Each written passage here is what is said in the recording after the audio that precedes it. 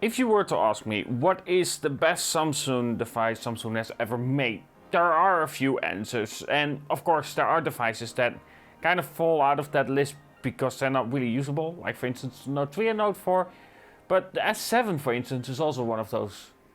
But the current one, and I think the last great Samsung, is definitely without even a sweat of a doubt, the Samsung Galaxy S10 series, because the whole series, the whole lineup of the S10 series was really good.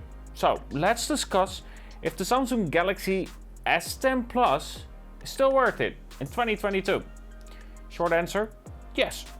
So let's discuss the Samsung Galaxy S10 series to begin with. The Samsung Galaxy S10 series came with the Samsung Galaxy S10e, Samsung Galaxy S10 and the S10 Plus, the one that I have here.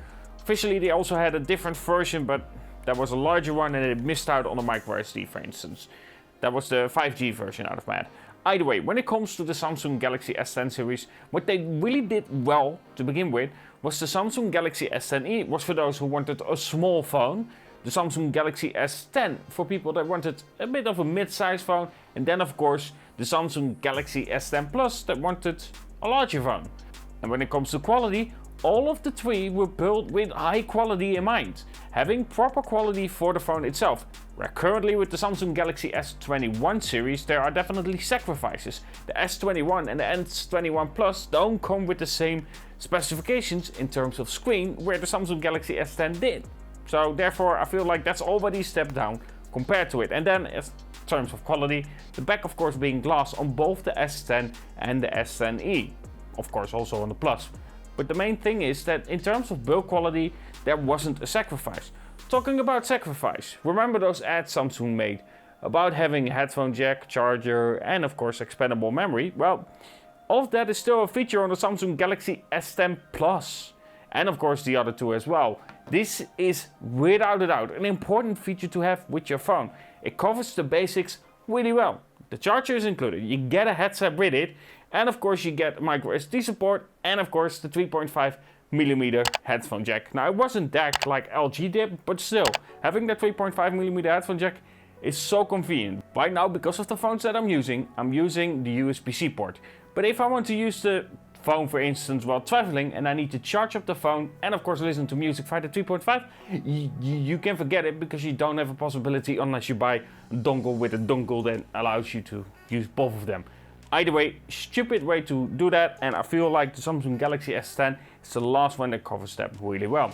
Then of course we come to, for instance, the display itself. I talked about it a little bit, but in terms of display quality itself, it was actually really good. Brightness still excellent. Picture quality on the Samsung Galaxy S10 Plus still excellent on the S10 as well. Both of those phones and the S10e as well just have such good displays still till today. Yes, it doesn't have the 120 Hz, but don't come at me and say, hey, it's only 60 Hz. How the hell can you use a 60 Hz panel? It's easy, you just use it. It's not really bothersome. Yes, it's not as smooth as a 120 Hz or a 90 Hz, but really, is it that much of a problem? No. And then we come to software experience. This is something that I always liked on Samsung devices. I think their software is excellent, integration of it is excellent. Yes, it is a bit more heavy than some others, but overall the use of it, having that separate gallery app and just the overall design of it works for me. I like it. You might not, but for myself I find it a good software experience on Samsung devices. And no, I'm not looking like Ice Universe and every single animation that goes up and down and really fast and stuff like that. I don't care for that. I'm not using my phone like that. But when it comes to software experience, I think that the Samsung Galaxy S10 series is still excellent, and current ones as well are good. Just don't care for the rest of what Samsung is doing. Now when it comes to, for instance, design itself, as stated, of course you have a curved display. Now in terms of that, of course there are people that don't like it, get the S10e, but when it comes to just the design itself, build quality, this still holds up well, and I think it still is one of the better looking Samsung devices. Having a centered camera just looks so much better, especially with just the way that it looks so sleek and integrated with the phone itself in a way that modern phones don't really do. The S21 Ultra in terms of design is an excellent design, even though you know they stole that design definitely for me.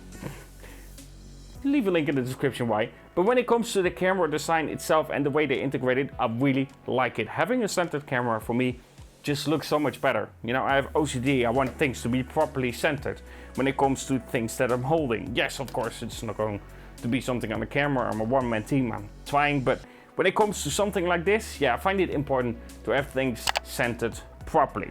Talking about not centered properly is of course the double camera cutout on the front. That goes a bit against what I'm saying, but it does allow it for more to be in your peripheral vision than something that you look at straight on. So it makes sense, but it's definitely a bigger cutout than you are used to when it comes to just having that single hole cutout. Then let's talk about the camera experience, for instance. The Samsung Galaxy S10 series, at least the S10 and the S10 Plus, came with 3 cameras. You have the main wide camera, you have your ultra wide, and of course your 2x zoom as well. With this Samsung Galaxy S10e, it's of course your main camera and then an ultra wide. Now these cameras are quite different than what we are seeing these days. Not only are the sensors larger and larger and larger, but with the Samsung Galaxy S10 Plus, of course, it doesn't have the same computational photography that you are currently seeing. This means that, for instance, in low light, it doesn't work as well as current phones, but honestly, it's still acceptable when it comes to certain situations and it works well enough. If you're not all about photography, the Samsung Galaxy S10 series will still do you fine. Then let's talk about something else where I feel like Samsung is slacking. With the Samsung Galaxy S10 series, apart from the S10e, you have the ultrasonic 3D fingerprint scanner under the display. Now a lot of other brands have a 2D camera under the display itself. This means that the fingerprint, how they read it, is flat. With an ultrasonic, it's actually sound waves moving back and forth, so it actually reads the deepness of the grooves inside your fingers. Makes perfect sense, right? It's more secure, it works when your finger is wet or if there's dirt. So a better fingerprint scanner that is more reliable. With that being said, current Samsung still use the same one, and I feel like they should up that quality and use what we have in, for instance, the Vivo X80 Pro, because that fingerprint scanner is miles ahead of this, and this one is already miles ahead of those who have a 2D fingerprint scanner. It needs to be a standard these days. I know I'm going on a rant, but seriously, that fingerprint scanner, the 2D fingerprint scanner, needs to go. It's not good anymore. In mid-range phones, just have it on the side, that works better. Then also something that still works really well is audio quality. The audio quality on the Samsung Galaxy S10 series, just in general, is still really good. Speaker quality is good, audio quality is excellent for a phone itself. You have your front-facing one that fires at you, and of course you have the one at the bottom. Not to mention, call quality is really good as well. This includes calling on speaker. Some phones that I have are actually not that great in calling on speaker. I hear people saying, I don't hear you as well. So if you were to ask me, is the Samsung Galaxy S10 series still worth it? Well, yes.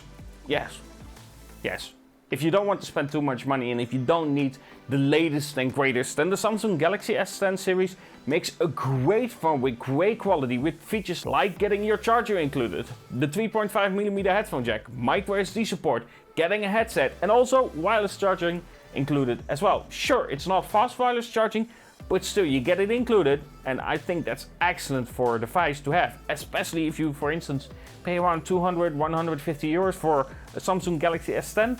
That's excellent. That's a good phone for that price, especially with the build quality and the display that you get with it. And definitely in terms of just holding it, it still feels like such a nice device to hold. Either way, let me know what you think about the Samsung Galaxy S10. Do you think it's still worth it?